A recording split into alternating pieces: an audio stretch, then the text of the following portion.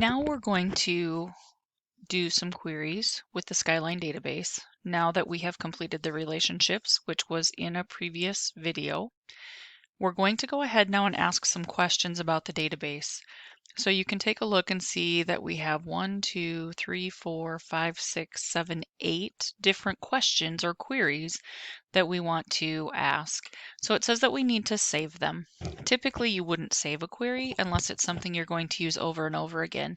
However, for the purposes of a class, you have to save them or the instructor can't see how you set them up. So we will save them.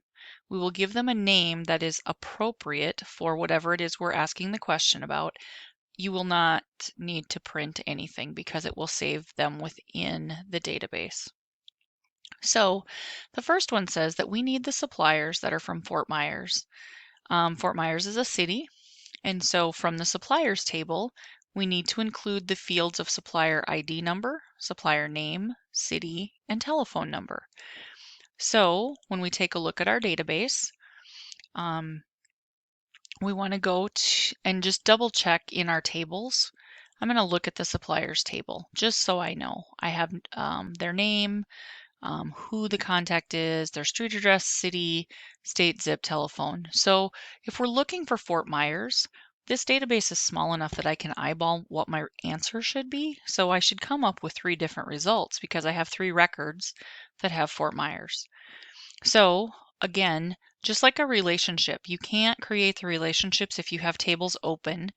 Queries work the same way. You can't create a query if a table is open. So I will close the table, and then anything that we're creating, tables, queries, forms, reports, we use the Create tab.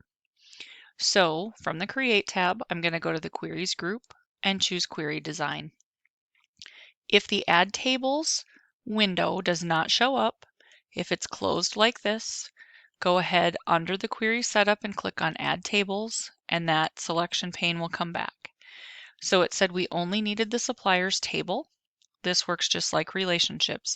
I can left click and drag it, or I can double click. I personally tend to be a double click person.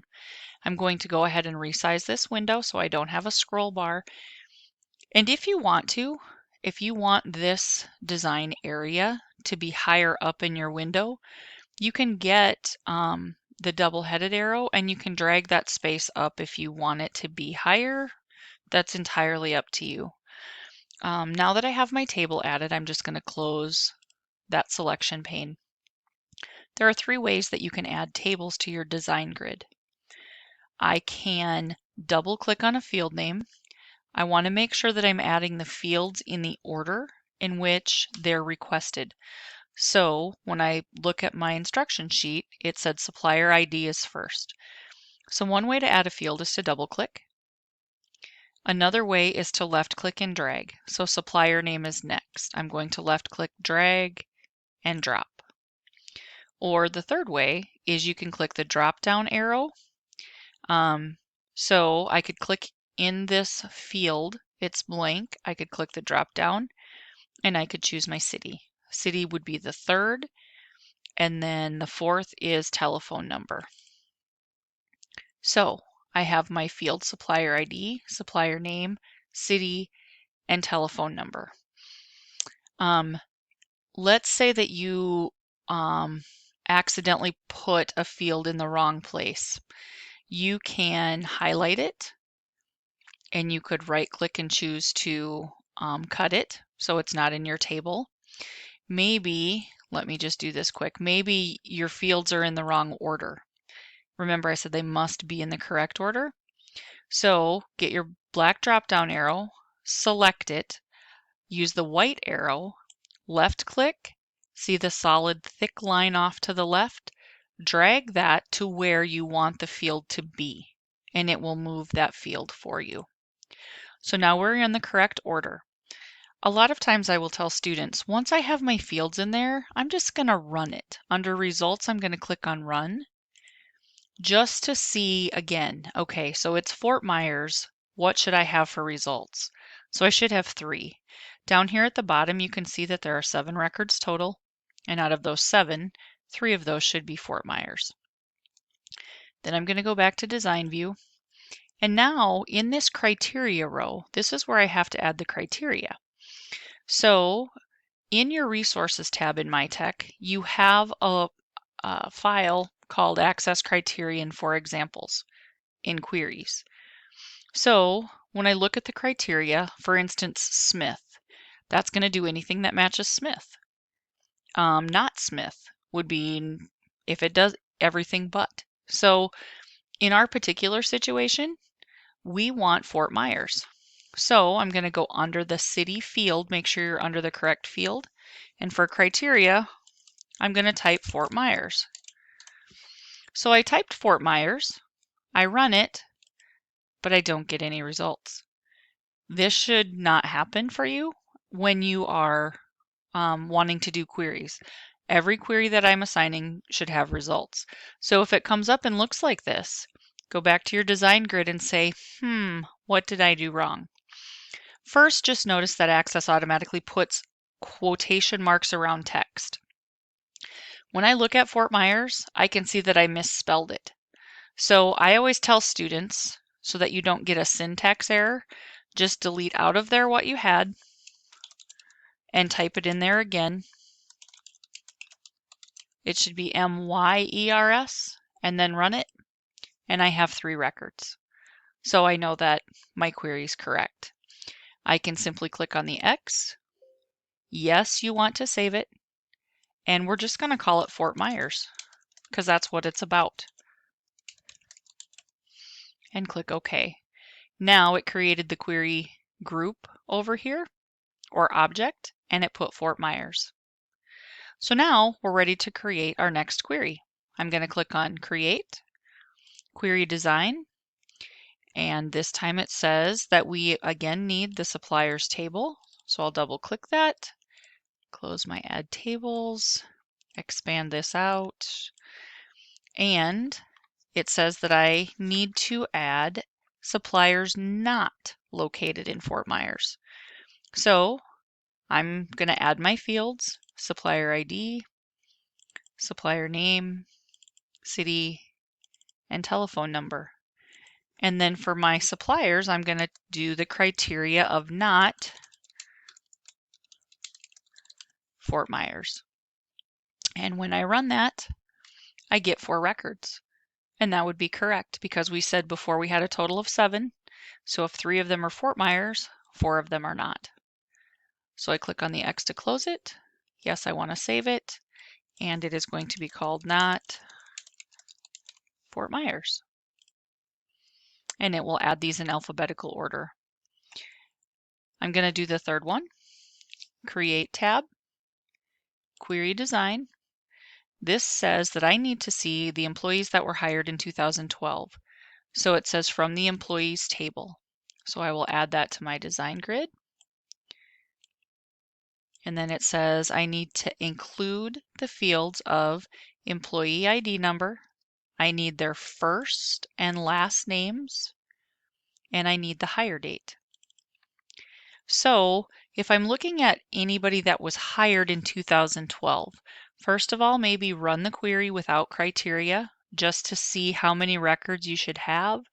It looks like I should have a total of 3 records that were hired in 2012. Started in February, then I had a June, then I had a November. So I'll go back to the design grid and I'm going to pull up that Word document. We're dealing with dates. So we can either enter a date, which in our particular case won't work because we're using a range of dates. We could do the between, which is going to give us a starting date and an ending date. So if you did the starting date of a year and the ending date of a year, then you should be good. So I will go ahead and under the criteria row, these fields can be widened, just like in an Excel spreadsheet. I like to widen mine out so I can see what I'm typing. I'm going to type between space, and my dates are 1/1/2012. Whoops, sorry. And, so I did a space and space for syntax. 12/31/2012. So I didn't have to capitalize any of the letters. I don't have to in any of the criteria. When I run that, I get my 3 records. I want you to notice back in design view that it does capitalize them for me, and it surrounds numbers with pound signs, just like it surrounds text with quotation marks. So the next thing that I want to show you is I could have done the wild card. So a wild card, according to our criteria sheet,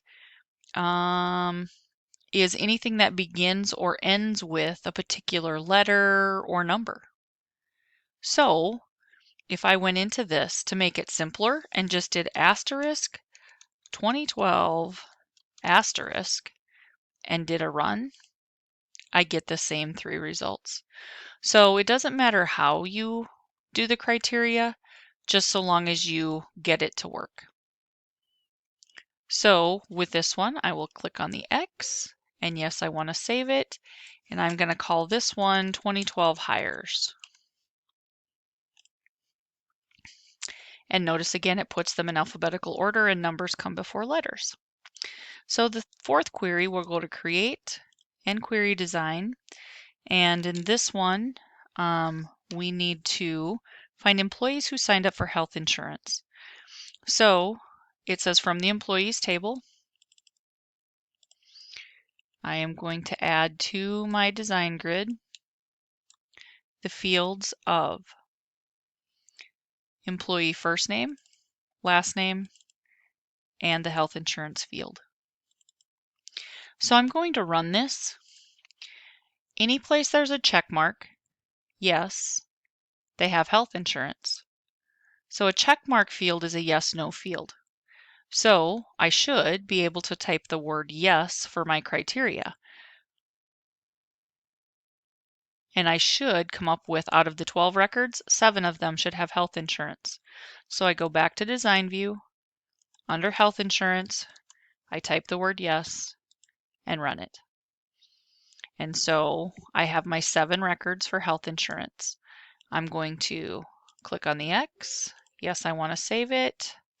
And I'm going to call it has health insurance.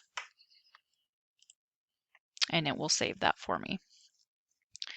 The next query design, we're working out of the banquets table. And so with this one, it says from the banquets table, include the reservation ID, the reservation date, and then the event identification. So the event ID, first name, last name, and telephone number. So notice that we are pulling these from in a different order, but we want to make sure that we include them in the order in which was asked. So it says wedding receptions with the event ID of WR. So under event ID, I'm going to type WR and I'm going to run it. And I have 4 records. Notice I did not have to capitalize it, and it will still accept that. And 4 records is what I needed. So I will click on the X. Yes, I want to save it, and I'm going to call it WR. Okay, so these 5 queries that we have worked with has had us using just a single table.